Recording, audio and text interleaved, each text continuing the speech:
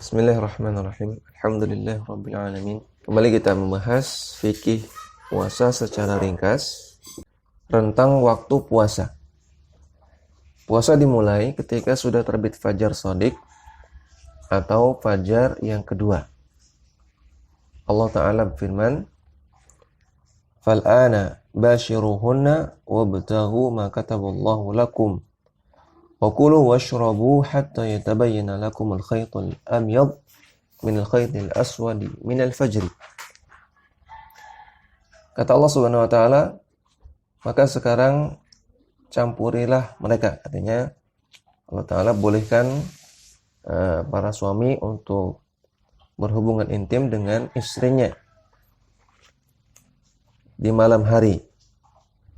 Dan ikutilah apa yang telah ditetapkan oleh Allah untukmu.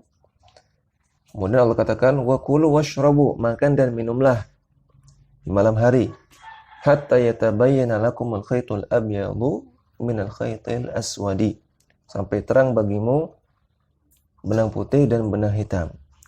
Apa maksudnya? Allah jelaskan langsung, minal fajri, yaitu fajar. Maka ini menunjukkan awal puasa itu ketika terbit fajar. Puasa dimulai ketika terbit fajar. Surat Al-Baqarah ayat 187. Yang dimaksud dengan khaytul abyad di sini adalah fajar shadiq atau fajar kedua, karena berwarna putih dan melintang di ufuk seperti benang. Adapun fajar kadzib atau fajar pertama itu bentuknya seperti danabus sirhan, ekor serigala. Nabi SAW bersabda, "Al-fajru fajrani." Fajar itu ada dua. Fa ammal fajru alladhi yakunu kadhanabis sirhani fala yuhillu salata wa la yuharrimu at-ta'ama. Adapun fajar yang bentuknya seperti ekor serigala, maka tidak menghalalkan salat, maksudnya salat subuh, karena belum waktunya, dan tidak mengharamkan makan, maksudnya belum mulai puasa, masih boleh makan.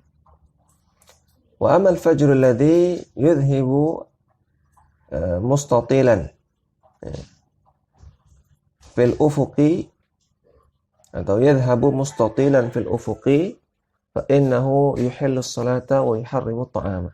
Adapun fajar yang bentuknya memanjang di ufuk,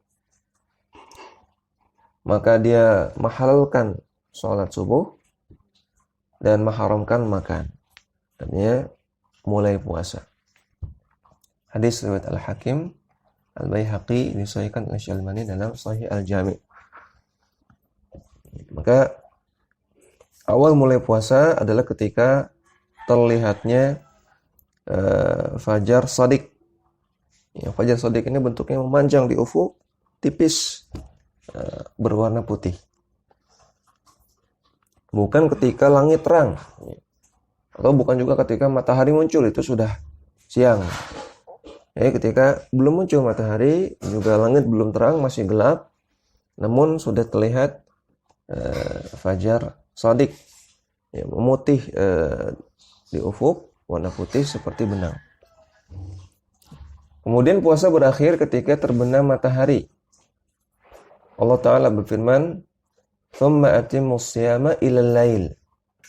Kemudian lanjutkanlah puasa, sempurnakanlah puasa sampai malam. Dan malam itu ditandai dengan tenggelamnya matahari. Itu dalam bahasa Arab sudah mulai malam. Ya, surah Al-Baqarah ayat 187.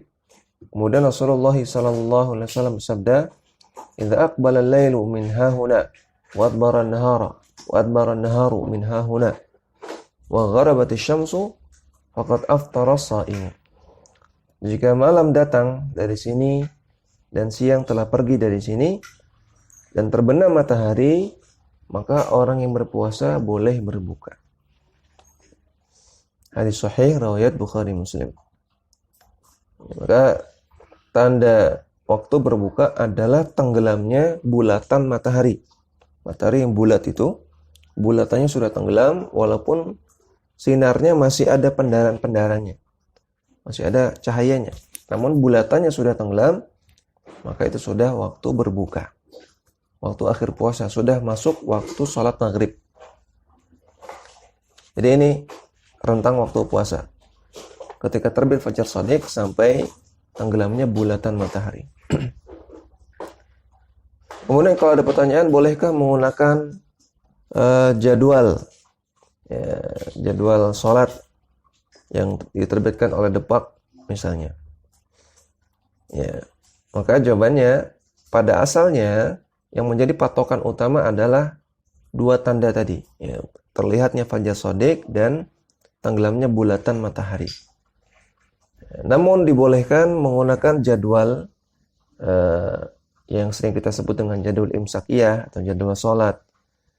Ya, kalau jadwal tersebut berdasarkan metode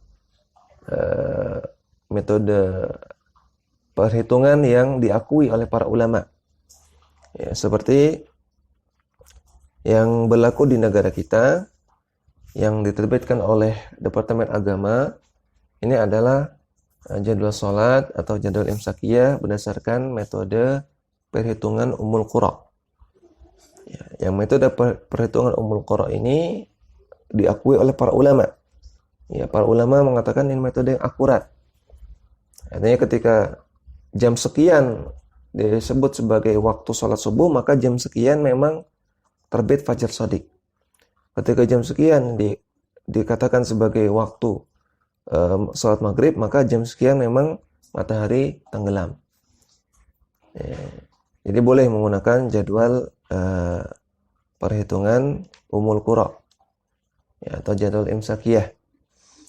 Namun ketika kita melihat adanya perbedaan, maka tetap kita berpegang pada patokan yang ada dalam hadis, yang ada dalam dalil.